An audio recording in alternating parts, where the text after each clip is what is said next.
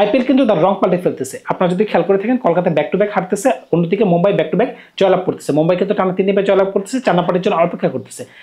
এখন এই ম্যাচটি কিন্তু টুর্নামেন্টে ভাগ্য বদলে দিতে পারে। কোন ম্যাচটির কথা বলতেছি? Sunrise Hyderabad versus Mumbai.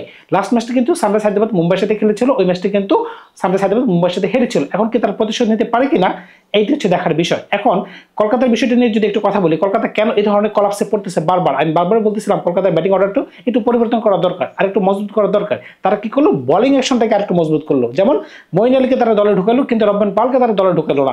তাদেরকে বোলিং এতটাই প্রয়োজন ছিল, বোলিং কাউন্টেবল না।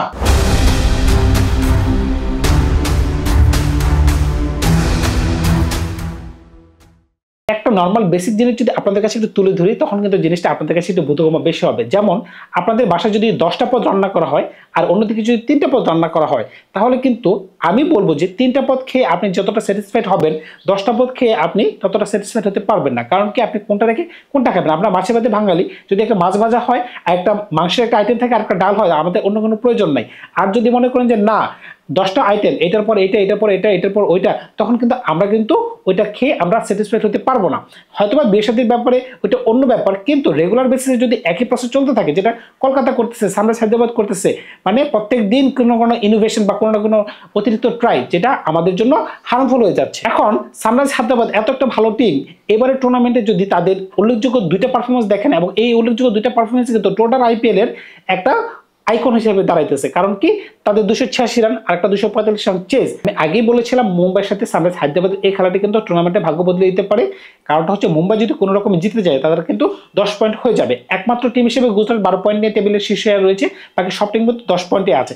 এখন মুম্বাইয়ের বাকি খেলাগুলো কিন্তু টেবিল টপারদের সাথে, আপনারা যদি খেয়াল করে থাকেন, গুজরাটের সাথে তাদের খেলা রয়েছে, আরসিবির সাথে তাদের খেলা রয়েছে পাঞ্জাবের সাথে। সুতরাং বুঝতেই পারতেছেন, তারা যদি মুম্বাইয়ের সাথে খেলে, যদি ওইখান থেকে মুম্বাই 2টি ম্যাচ জয়লাভ করতে পারে, তখন কিন্তু তাদের টপ 4-এ যাওয়ার পসিবিলিটি বেড়ে যাবে, কারণ তারাও তো হারবে উপরের ম্যাচগুলো। এখন নিচের দিকে যে ধরনের টিম রয়েছে, যেমন সানরাইজ হায়দ্রাবাদ রয়েছে, কলকাতা রয়েছে, চেন্নাই রয়েছে, তারা কিন্তু যে কোনো দিন যে কোনো সময় যাদের উপরে যাওয়ার সম্ভাবনা বেশি, তাদেরকে কিন্তু কেটে ফেলতে পারে। কিভাবে কেটে ফেলতে পারে? মানে তাদের বিপক্ষে তারা ম্যাচ জয়লাভ করতে পারে। সুতরাং বুঝতেই পারতেছেন, তারা কিন্তু ডেঞ্জারাস হয়ে যেতে পারে। বিশেষ করে সিএসকে, তাদের কোনো ভয় নেই, তারা টুর্নামেন্ট থেকে অলমোস্ট বাইরে চলে গেছে। আজকে যদি তারা সানরাইজ হায়দ্রাবাদ যদি মুম্বাইয়ের সাথে ম্যাচটি হেরে যায়, তাদের কোনো ভয় থাকবে না। তো তারা ফিয়ারলেস ক্রিকেট খেলবে।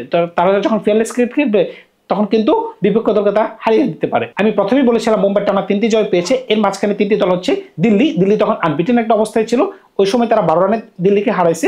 এরপর সানরাইজ হায়দ্রাবাদকে তারা হারাইছে, এরপর চেন্নাই সুপার কিংসকে তারা হারাইছে। সুতরাং বুঝতেই পারতেছেন তাদের মোমেন্টামটা কোন অবস্থানে রয়েছে। সানরাইজ হায়দ্রাবাদ কিন্তু মুম্বাইয়ের সাথে হারার পর আর কোনো ম্যাচ খেলা না। এখন দেখা যাক আজকের ম্যাচে তারা কোন ধরনের পারফরমেন্স রাখতে পারে। তবে আমি আশাবাদী সানরাইজ হায়দ্রাবাদও কিন্তু কামব্যাক করতে পারে। আপনারা যদি দেখেন, সানরাইজ হায়দ্রাবাদের কোনো কমতি কিন্তু আপনি খুঁজে পাবেন না। বিশেষ করে ব্যাটিং অর্ডারে যদি আপনি দেখেন, সবাই বিস্ফোরক ব্যাটসম্যান, কিন্তু কেন তারা ভালো খেলতে পারতেছে না? কারণ লেসন নিতে পারে গুজরাটের থেকে। এখন গুজরাট থেকে যদি কোনো জন্য শিক্ষণীয় থাকে সানরাইজ হায়দ্রাবাদের, জিনিসটা হচ্ছে কি, যদি আপনারা খেয়াল করে থাকেন, শুভমন গিল, সাই সুদর্শন, জর্জ বাটলার, তারা 3জন কিন্তু যেভাবে খেলতেছে, অন্য কোনো প্লেয়ারের প্রয়োজন হতে পারতেছে না। কারণ কি, তারা দেখে শুনে খেলতেছে, যখন মারার প্রয়োজন তখন মারতেছে। এখন সানরাইজ হায়দ্রাবাদ কি করতেছে, আমি আগেও বলেছিলাম একটা ভিডিওতে, যে তারা বাড়ি থেকে প্ল্যান করে আসছে যে আমরা 250-260 করবো বা 200+ রান করবো, কিন্তু এটা প্রত্যেক দিন হবে না। পিচ আপনাকে দিবে না, বলার আপনাকে করতে দিবে না। সুতরাং বুঝতেই পারতেছেন, বাড়ি থেকে কোনো প্ল্যান করে আসা যাবে না। আপনাকে পিচ রিড করতে হবে, খেলার সময় আপনি বুঝতে হবে যে আপনাকে কি করতে হবে। কিন্তু তাদের যে ব্যাটিং অর্ডার, এই বিধ্বংসী ব্যাটিং অর্ডার, তো এই ধরনের বাজে পারফরমেন্স করার কথা না। আপনি দেখেন ট্রাভার্সের অভিষেক শর্মা বিধ্বংসী ব্যাটসম্যান, 3 নম্বরে ঈশান কিষান দুর্দান্ত ব্যাটসম্যান, 4 নম্বরে নীতিশ কুমার রেড্ডি দুর্দান্ত ব্যাটসম্যান, হেনরিক ক্লাসেন বর্তমান যুগের এত বিধ্বংসী ব্যাটসম্যানের তালিকায় তার নাম থাকবে সবার শীর্ষে, কারণ তিনি স্পিন বলেন, পেস বলেন, দুর্দান্ত খেলতে পারেন। এই টপ 5 জন ব্যাটসম্যানের পরে যদি আপনি কামিন্ডি বেন্ডেসকে ঢুকাই দেন, তিনি কিন্তু ভালো খেলতে পারেন। অভিনব মনোহর ভালো খেলতে পারেন, প্যাট কামিন্স নিজেও কিন্তু ভালো ব্যাটিং করতে পারেন। তাহলে কেন আপনারা এত মারধরকারী খেলার চেষ্টা করে নিজেদের উইকেটগুলোকে আপনি ফেলে দিয়ে আসতেছেন, যে কাজটি কলকাতা করতেছে? কলকাতা দেখেন ঘরের মাটিতে কালকে গুজরাটের সাথে রঘুবংশীকে 9 নম্বরে খেলাইছে। এটা কিভাবে সম্ভব? মঈন আলীকে তারা দলে ঢুকাইছে, এটা কি পসিবল? যেখানে রব্বান পার্কের দরকার, যেখানে আপনাদের সলিড ব্যাটসম্যানের প্রয়োজন, 27 কোটি রুপিতে কিনছে ভেঙ্কটেশ আয়ারকে, তার কোনো পারফরমেন্সই নাই। আমার তো মনে হচ্ছে তাকে দল থেকে কিক আউট দিয়ে বের করে দেওয়া উচিত। এখন সানরাইজ হায়দ্রাবাদ কিন্তু এখনো সুযোগ রয়েছে, তারা যদি প্রত্যেকটা ম্যাচ জয়লাভ করতে পারে, তারা কিন্তু টুর্নামেন্টের সামনে এগিয়ে যেতে পারে। মুম্বাইয়ের আজকের খেলাটির পরে কিন্তু যে সামনে যে 5টি খেলা রয়েছে, সেই খেলাগুলো কিন্তু খুব গুরুত্বপূর্ণ। লখনৌ সুপার জায়ান্টসের সাথে খেলা, রাজস্থান রয়্যালসের সাথে খেলা, দিল্লির সাথে খেলা, পাঞ্জাবের সাথে খেলা। সুতরাং বুঝতেই পারতেছেন এই খেলাগুলো কিন্তু কেউ কাউকে ছেড়ে দিবে না। আপনারা যদি দেখেন দিল্লি, গুজরাট বলেন, রাজস্থান ছাড়া বাকি সবগুলো দলই কিন্তু টপ 4 এর মাঝখানে রয়েছে। সুতরাং বুঝতেই পারতেছেন যখন মুম্বাই জয়লাভ করা শুরু করবে তারাও কিন্তু হারবে, তখন কিন্তু পয়েন্ট টেবিলে উথাল পাতাল শুরু হয়ে যাবে। তো আজকের খেলাটি নিয়ে যদি একটু আলোচনা করা যায় তাহলে দুই দলের কম্বিনেশন কি হতে পারে, কিভাবে তারা একজন আরেকজনকে হারাতে পারে, সানরাইজ হায়দ্রাবাদ কোন ধরনের কম্বিনেশন নিয়ে মাঠে নামতে পারে, কিংবা মুম্বাই জেতার জন্য কোন ধরনের কম্বিনেশন নিয়ে মাঠে নামতে পারে, সেটা নিয়ে চলুন একটু আলোচনা করে আসি। আমি প্রথমেই বলেছিলাম এসআরএস এর ইন্টেন্ট যদি পরিবর্তন না করে তাহলে তাদের পরিবর্তন করা সম্ভব না। কারণ কি, যে দল 286 করতে পারে প্রথমে ব্যাটিং করে, আবার যে দল 245 রান 18তম ওভারে চেস করতে পারে, ওই দলের আপনি কি ধরনের পরিবর্তন আনতে চান? আসলে কোনো পরিবর্তন করার দরকার নাই। তার যে ধরনের প্লেইং 11 নিয়ে খেলতেছে ওইটা এনাফ তাদের জন্য, কিন্তু তারা ধরে সয়ে খেলতে হবে। দেখেন এই মাঠে কিন্তু অভিষেক শর্মা লাস্ট ম্যাচে দুর্দান্ত একটা সেঞ্চুরি করে ফেলছেন, 39 বলে না 41 বলে জানি সম্ভবত। তো বুঝতেই পারতেছেন এটি কিন্তু ব্যাটিং একটা প্যারাডাইজ। যখন রোহিত শর্মা কিন্তু এবার কিন্তু রানে চলে আসছে, আপনারা যদি খেয়াল করে থাকেন মুম্বাই যে সিএসকের সাথে যে ম্যাচ জয়লাভ করছে, রোহিত শর্মা কিন্তু ম্যান অফ দ্য ম্যাচ। যখন রোহিত শর্মা উপর থেকে রান করবে তখন কিন্তু মুম্বাই কিন্তু আরো বেশি স্ট্রং হয়ে যায়। স্কাই কিন্তু গত ম্যাচে রান করছে, সুতরাং বুঝতেই পারতেছেন মুম্বাই কিন্তু এখন মোর সলিড দেখা যাচ্ছে। জসপ্রীত বুমরা কিন্তু রিদমে চলে আসতেছে, সুতরাং বুঝতেই পারতেছেন এখন কিন্তু মুম্বাইকে আপনি ছোট দল হিসেবে ভাবতে পারবেন না। এখন সানরাইজ হায়দ্রাবাদ যে কিনা গত টুর্নামেন্টে এ ব্র্যান্ডের ক্রিকেট খেলে ফাইনাল খেলেছিল, কিন্তু এ ব্র্যান্ডের ক্রিকেট খেলেই এই বছর আপনি দেখেন জয়ের মুখে দেখতে পাচ্ছে না। কারণ কি, প্রত্যেক বছর তো আপনি সেম জিনিস ফলো করতে পারবেন না, কারণ আপনাকে নিয়ে স্টাডি করা হয়েছে।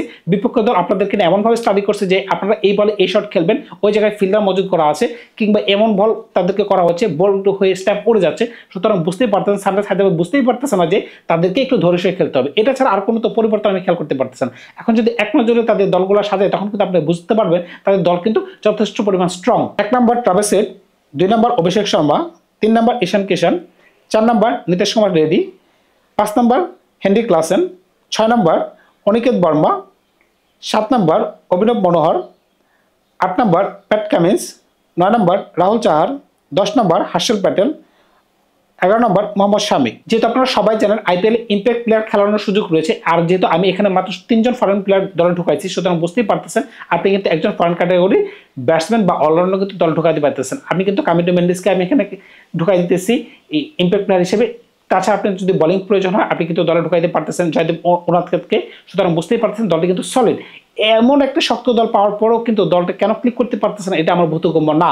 আপনারা একটু কমেন্টস করে জানাবেন যে তাদের ভুলটা কোথায়। এখন যদি মুম্বাই দলকে এক নজরে দেখে আসেন তখন কিন্তু আপনি বুঝতে পারবেন যে মুম্বাইকে কোনো পরিবর্তন করা সম্ভব কিনা বা কোনো দরকার কিনা। 1 নম্বর রোহিত শর্মা, 2 নম্বর রায়ান রিক্টোলন, 3 নম্বর সূর্যকুমার যাদব, 4 নম্বর উইল জ্যাক্স কিংবা রবিন মিন্স, 5 নম্বর তিলক বর্মা, 6 নম্বর হার্দিক পান্ডিয়া, 7 নম্বর নমন ধীর, 8 নম্বর মিচেল স্যান্টনার, 9 নম্বর দীপক চাহার কিংবা মুজিবুর রহমান, 10 নম্বর ট্রেন্ট বোল্ট, 11 নম্বর জসপ্রীত বুমরা। আপনারা যদি খেয়াল করে থাকেন আমি কিন্তু দলে রবিন মিন্সকে দলে ঢুকাইছি উইল জ্যাক্সের জায়গায়। উইল জ্যাক্স কিন্তু ওই ধরনের কোনো পারফরমেন্স দিতে পারতেছে না। যদি রবিন মিন্সকে দলে কোনোভাবে ফিট করানো যায় তাহলে ওই পিচে কিন্তু আপনি মুজিবুর রহমানকে খেলাতে পারতেছেন দীপক চাহারের জায়গায়, কিন্তু আপনি আবার ইম্প্যাক্ট প্লেয়ার হিসেবে অশ্বিনী কুমারকে দলে ঢুকাইতে পারতেছেন, কিংবা আবার তাকে দলে ঢুকাইতে পারতেছেন, দীপক চাহারকে আপনি দলে ঢুকাইতে পারতেছেন। সুতরাং বুঝতেই পারতেছেন এটা কিন্তু দলের জন্য একটা ফ্লেক্সিবিলিটি হয়ে যাচ্ছে। যদি আজকের ম্যাচে কোনোভাবে রোহিত শর্মা এবং স্কাই রান করতে পারে, আর যদি মনে করেন যে না যে তারা বিপক্ষ দল হিসেবে সানরাইজ হায়দ্রাবাদ 250 করতে পারছে, এটাও কিন্তু তাদের জন্য না সম্ভব। কারণ মুম্বাই কিন্তু সবচেয়ে বেশি ডেঞ্জারাস টিম। আপনি যদি তাদের ব্যাটিং অর্ডার খেয়াল করে থাকেন, রোহিত শর্মা, স্কাই, তিলক বর্মা, হার্দিক পান্ডিয়া, সূর্যকুমার যাদব, তারপরে Ryan Rickelton, Will Jacks, Robin Minz, Santner. আপনারা যদি একটু সানরাইজ হায়দ্রাবাদের ব্যাটিংয়ে খেয়াল করে থাকেন, এক হচ্ছে অভিষেক শর্মা আর এক হচ্ছে ঈশান কিষান। এই দুজন ব্যাটসম্যান কিন্তু দুই দিন ফায়ার হয়েছে, 2 দিন কিন্তু তারা খেলার রঙই পাল্টাই দিয়েছে। সুতরাং বুঝতেই পারতেছেন বেশি প্লেয়ার লাগে না। গুজরাট হচ্ছে তার জ্বলন্ত উদাহরণ। বেশি প্লেয়ার হলে আর বরং সমস্যা। দেখেন তারা 3 জন প্লেয়ার উপর থেকে ভালো খেলতেছে, প্রত্যেকদিন ভালো খেলতেছে। এই জিনিসটা হচ্ছে বড় জিনিস। আপনাকে ধারাবাহিকতা থাকতে হবে। যে কোনো জিনিসের মাঝখানে যদি আপনি ধারাবাহিকতা না বজায় রাখেন তখন কিন্তু আপনি সাফল্য পাবেন না। গুজরাট কেন টেবিলের একদম শীর্ষে? কারণ তারা ধারাবাহিকতা বজায় রাখছে। শুভমান গিল ভালো খেলছে, কালকে 90 রানের একটা দুর্দান্ত ইনিংস খেলছে, তাকে সাই সুদর্শন ভালো সঙ্গ দিচ্ছে, এমনকি 40 রানের উপরে জস বটলের একটা ঝড়ো ইনিংস ছিল। এটার বদলতেই কিন্তু তাদের প্রায় 200 রানের কাছাকাছি একটা স্কোর ছিল, কিন্তু কলকাতা কি করছে, ব্যাটিং অর্ডার ঠিকমতো সাজাতে পারে না এবং নিজের দলটাকে তারা এখনো বুঝতেই পারে না যে তাদের বেস্ট ইলেভেনটা কি। এই কারণে কিন্তু তারা হারতেছে। আমি আশাবাদী আজকের ম্যাচটিতে মুম্বাই জয়লাভ করবে, কারণ তার কাগজে কলমের অনেক বেশি স্ট্রং। এমনকি সানরাইজ হায়দ্রাবাদের যে বাজে টিম সেটা কিন্তু বলা যাচ্ছে না। তারপর আমি মুম্বাইকে ফেভারিট হিসেবে ধরে রাখবো, কারণ তারা জয় থেকে আসতেছে এবং সানরাইজ হায়দ্রাবাদ পরাজয় থেকে আসতেছে। সুতরাং দেখা যাক আজকের ম্যাচটিতে কোন ধরনের রেজাল্ট নিয়ে আসতে পারে। ধন্যবাদ সবাইকে, ভালো থাকবেন আপনারা।